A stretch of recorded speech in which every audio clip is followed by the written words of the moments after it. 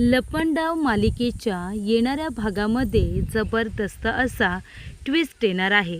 तर प्रेक्षकांनो, इथे आता सखीचे डोळे उघडण्यासाठी कान्हाने एक युक्ती काढलेली असते। त्याने आता ठरवलेलं असतं की सखीबरोबर जी राहते ती तेजस्विनी नसून मनस्विनी आहे, ती सरकार आहे। ही गोष्ट आता सखीला काही पटत नसते। त्यामुळे लवकरात लवकर मनस्विनीचं सत्य सखीच्या समोर आणत तिचे डोळे उघडायची इथे आता तयारी कान्हाने केलेली असते। आणि म्हणूनच प्रेक्षकांनो, त्याने आता डॉक्टरांना घरी आणत मनस्विनीचे डोळे चेक करायचे असं ठरवलेलं असतं। आणि प्रेक्षकांनो, मनस्विनी खूपच हुशार, तिने डॉक्टरांना आधीच मॅनेज केलेलं असतं। त्यामुळे इथे येणाऱ्या भागामध्ये मनस्विनीचे डोळे खरे आहेत असं ज्या डॉक्टरांनी सांगितलेलं असतं, त्याच डॉक्टरांना मनस्विनी पैसे देतानाचा व्हिडिओ कान्हाने तयार करत तो व्हिडिओ सखीला दाखवलेला असतो आणि सखीचे डोळे उघडलेले असतात। तर प्रेक्षकांनो, येणाऱ्या भागामध्ये कशा पद्धतीने या गोष्टी पुढे घडत जातात आपण सविस्तरपणे बघूया। तर प्रेक्षकांनो, इथे आता कान्हा सखीला खूप मिस करत असतो। त्याला सखीची आठवण येत असते आणि सखीला सुद्धा कान्हाची आठवण येत असते। लग्न झाल्यापासून दोघे जण एकमेकांबरोबर जरी भांडत असले, दोघांमध्ये जरी आधी नवरा बायकोचं नातं नसलं, तरीसुद्धा प्रेक्षकांनो, इथे दोघे जण सोबतच राहिलेले असतात। त्यामुळे दोघांमध्ये इमोशनली आता खूपच जास्त अटॅचमेंट झालेली असते। दोघांचे एकमेकांवरती प्रेम आहे हे त्यांनी कबूलसुद्धा केलेलं असतं। पण प्रेक्षकांनो, अचानकपणे इथे आता अशा काही गोष्टी घडतात की ज्याच्यामुळे कान्हाला सखीचं घर सोडून जावं लागतं। सखीचा कान्हाबद्दल गैरसमज होतो की हा माझा पैसा, माझी संपत्ती, माझी प्रॉपर्टी लुबाडायला आलेला आहे, असा गैरसमज आता सखीचा सुद्धा झालेला असतो। आणि त्याचा आणि इथे सखीचा गैरसमज घडून आणण्याची जबाबदारी संपूर्णपणे मनस्विनीची असते। तिनेच हा सगळा प्लॅन केलेला असतो। तेजस्विनीला दरीमध्ये ढकलून इथे आता मनस्विनी तेजस्विनी बनून आलेली असते। तिच्याच गेटअपमध्ये राहत असते, तशीच बोलत असते, तसंच वागण्याचा प्रयत्न करत असते। पण इथे आता कान्हाने ओळखलेलं असतं की हिने तर तेजस्विनीला दरीमध्ये ढकलून दिले आणि स्वतः मात्र इथे मनस्विनी ही सरकार तेजस्विनी म्हणून आता मिरवते। हे सखीला कळायला हवं।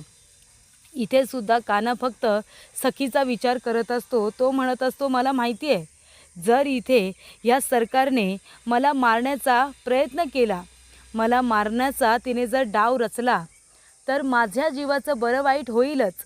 पण इथे माझ्या सखीला सत्य समजलं पाहिजे की तिच्याबरोबर जी बाई राहते ती खरी तिची आई नाही आहे, हे तरी निदान तिला समजलं पाहिजे।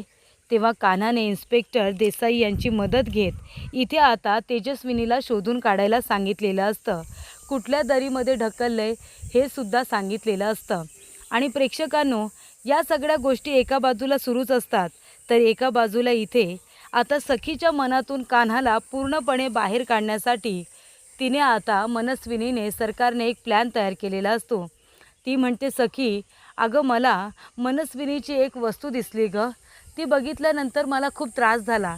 तसंच तू सुद्धा जेव्हा कान्हाच्या रूममध्ये सगळ्या वस्तू बघत असशील तर तुलासुद्धा त्रास होत असेल ना गं, तुलासुद्धा कान्हाची आठवण येत असेल ना। तेव्हा प्रेक्षकांनो, म्हणूनच मी आता मनस्विनीच्या सगळ्या आठवणी आहे ना त्या फेकून देणार आहे, माझ्यापासून त्यांना दूर करणार आहे। कारण त्या बघितल्यानंतर कशा पद्धतीने मनस्विनीने मला फसवलं ना, ते सगळं मला आठवतं।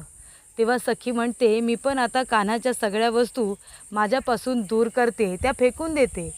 तेव्हा गौतम काका म्हणतात की तुला जर सखी खरोखर कान्हा चुकीचा वाटत असेल ना, त्याच्याबरोबर तुला नातं तोडायचं असेल, तर तू जा आणि त्याच्या सगळ्या वस्तू त्याला परत कर आणि मग हे नातं संपव। कान्हा मला चुकीचा नाही वाटत। हे सगळं करण्यामागे, त्याच्या अशा वागण्यामागे नक्कीच काहीतरी कारण असू शकतं आणि आपण ते अजून विचारलेलं सुद्धा नाही आहे की त्याने नक्की असं का केलं, त्याची काय मजबुरी होती। पण तू मला खरं सांग, कान्हा जितके दिवस आपल्याजवळ होता त्याने काही चुकीचं केलं का? कधी आपल्याला त्रास दिला का? कधीच नाही. आपलं त्याने पर्सनली असं काहीही नुकसान केलेलं नाही आहे. त्यानंतर इथे सखी म्हणते की ठीक आहे, मी जाते, कान्हाला भेटायला मी आता जाते. आणि ती त्याचं सामान वगैरे घेऊन जायला निघालेली असते. ती कान्हाला फोन करते आणि म्हणते की तुझ्या घरचा ॲड्रेस पाठव, मला तुला भेटायचं आहे.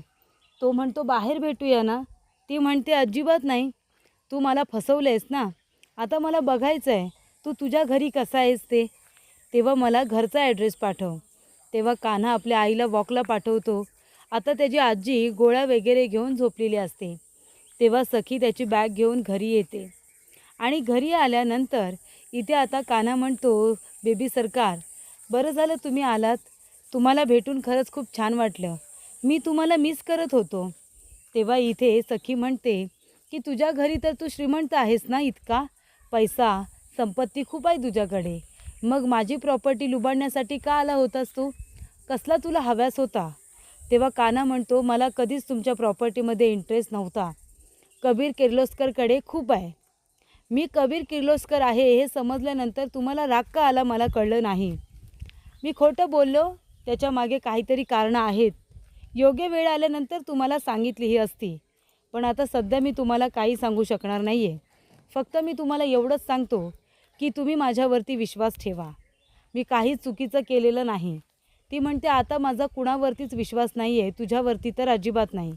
कबीर म्हणतो मग कुणावरती विश्वास आहे, त्या खोटाड्या बाईबरोबर, त्या बाईवरती विश्वास आहे का, जी तुमच्याकडे तेजस्विनी म्हणून राहते, ती खरी मनस्विनीच आहे. तेव्हा सखी म्हणते अजिबात नाही, ती माझी आईच आहे. तो म्हणतो अजिबात नाही, मी खरं खोटं करू शकतो. ती म्हणते ठीक आहे, भेटू उद्या, दाखव मला खरं खोटं करून, उद्याच्या उद्या दूध का दूध और पाणी का पाणी होईल. तेव्हा तो म्हणतो उद्या मी डॉक्टरांना घेऊन येतो आणि मग डॉक्टरांना आहे ना त्यांचे डोळे चेक करायला सांगतो. त्यांचे डोळे चेक केल्यानंतर कळेल की ते त्यांचे खरे डोळे नाही आहेत, तर ते खोटे डोळे आहेत ना, हे मी उद्याच्या उद्या सिद्ध करेन, बघाच तुम्ही. तेव्हा इथे सखी म्हणते ठीक आहे, मला पण बघायचंच आहे कसं सिद्ध करतोस ते, उद्या सकाळी घरी ये आणि मग माझ्या आईचे डोळे चेक कर. तेव्हा प्रेक्षकांनो इथे आता कान्हा म्हणतो ठीक आहे, उद्याच्या उद्या आपल्यासमोर सत्य येईल. आणि मग काय होतं, कान्हा आता जातो तिथे. आता डॉक्टरांना तो आपल्याबरोबर घेऊनच आलेला असतो. डॉक्टरांनासुद्धा घेऊन येतो आणि इथे आधीच सखीने मनस्विनीला सांगितलेलं असतं की आई, अगं त्या कान्हाचा अजूनही तुझ्यावरती विश्वास नाही आहे. मनस्विनी म्हणते काय म्हणाला तो, तर सखी म्हणाली की तो आज आपल्याकडे इथे येणार आहे तुझे डोळे चेक करायला. तो म्हणाला की तू तेजस्विनी नाही मनस्विनी आहेस म्हणून, आणि तू डोळ्यांमध्ये ना लेन्स टाकतेस, त्यामुळे तो डॉक्टरांना घेऊन येणार आहे. डॉक्टर तुझे डोळे चेक करून सांगणार आहेत की तुझे डोळे खरे आहेत की खोटे. जर ते खोटे निघाले तर तू मनस्विनी आहेस हे तो सिद्ध करणार आहे. तेव्हा इथे आता मनस्विनी घाबरलेली असते. ती म्हणते अरे देवा, म्हणजे हा डॉक्टरांना घेऊन येणार आणि मग काय होईल, तर माझं खोटं सगळ्यांसमोर येईल. मी तर मनस्विनीच आहे, मी तर खोटेच डोळे लावते, मी तर लेन्स टाकते डोळ्यामध्ये, आता मी काय करू. म्हणून आता मनस्विनी घाबरलेली असते. तेव्हा ती आता शोध लावते की नक्की हा आता कुठल्या डॉक्टरांना घेऊन येणार आहे. तेव्हा प्रेक्षकांनो इथे आता तिने आपल्या जेवढे ओळखीचे डॉक्टर असतात ना तेवढ्यांशी तिने कॉन्टॅक्ट केलेला असतो. आणि ती म्हणते की जो कोणी मला इथे चेकअप करायला येईल त्याने फक्त एवढंच सांगायचं की माझे डोळे खरे आहेत.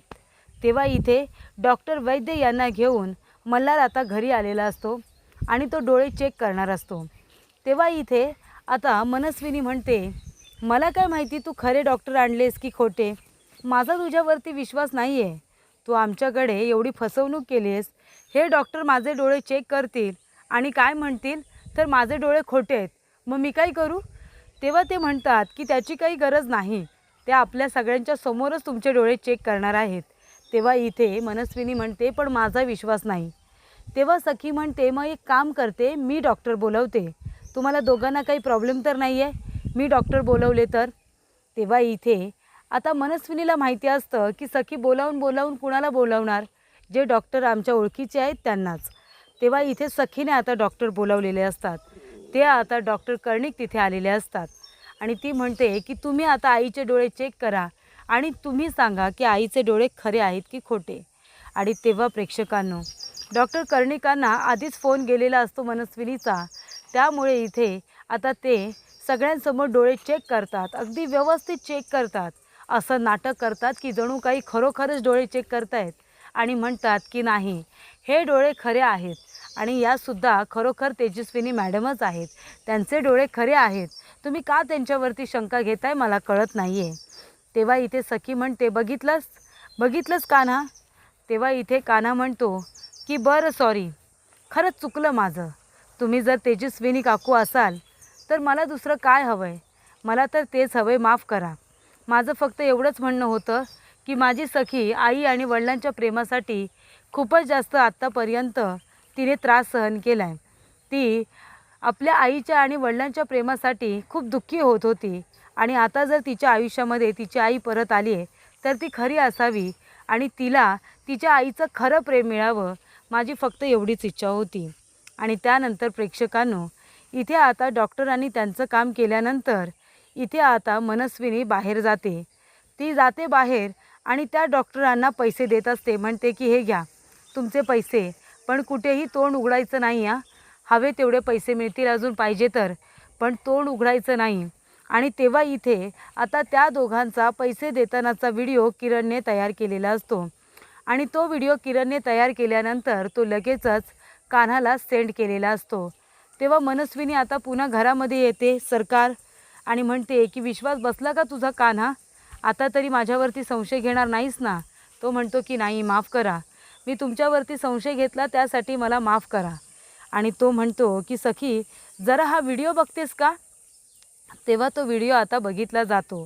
तेव्हा प्रेक्षकांनो, इथे आता कान्हाने किरणने पाठवलेला व्हिडिओ इथे आता सखीला दाखवला जातो. तर इथे कान्हा म्हणत असतो, सखी मॅडम जरा हा व्हिडिओ बघता का. त्याच्यामध्ये मनस्विनी म्हणत असते की ए डॉक्टर, हे घे तुझे पैसे, मी जसं सांगितलं तसंच बोललास, जास्तीचं एक्स्ट्राचं काही बोलायची गरज नव्हती आणि इतक्या जोरात माझे डोळे का चेक करत होतास. जर माझ्या डोळ्यातली लेन्स सटकली असती तर सखीला कळलं असतं ना की मी तिची खरी आई नाही आहे म्हणून, मी तेजस्विनी नाही मनस्विनी आहे हे तिला कळलं असतं ना. जरा सावकाश, तुला माझे डोळे चेक करता नाही आले. तेव्हा तो म्हणत असतो, सॉरी मॅडम सॉरी, पुन्हा असं होणार नाही. ती म्हणते हे घे पैसे, पण सांगायचं नाही आहे कुणालाच, तोंड बंद ठेवायचं, हे पैसे तुझे, तोंड बंद ठेवायचे आहेत. अजून हवं तर पैसे मिळतील कामाचे, पण कुणालाही सांगायचं नाही की माझ्या डोळ्यांमध्ये लेन्स आहेत, हे माझे खोटे डोळे आहेत आणि मी मनस्विनी आहे हे कुणालाही सांगायचं नाही, कुणाला कळलं नाही पाहिजे ते, खास करून सखीला. तेव्हा प्रेक्षकांनो, इथे आता कान्हाने डॉक्टरांना पैसे देतानाचा सरकारचा व्हिडिओ तयार करत इथे सखीला दाखवलेला असतो. त्यामुळे सखीचे डोळे उघडलेले असतात. आत्तापर्यंत आई आई म्हणून ती ज्या बाईवरती विश्वास ठेवते ती तेजस्विनी नसून मनस्विनी आहे, सरकार आहे, हे तिला आता कान्हाने लक्षात आणून दिलेलं असतं. त्यामुळे सखीचा विश्वास बसतो. ती आता मनस्विनीला म्हणते की घरातून आत्ताच्या आत्ता चालती हो, नाहीतर मी तुझ्या विरोधामध्ये कंप्लेंट करेन.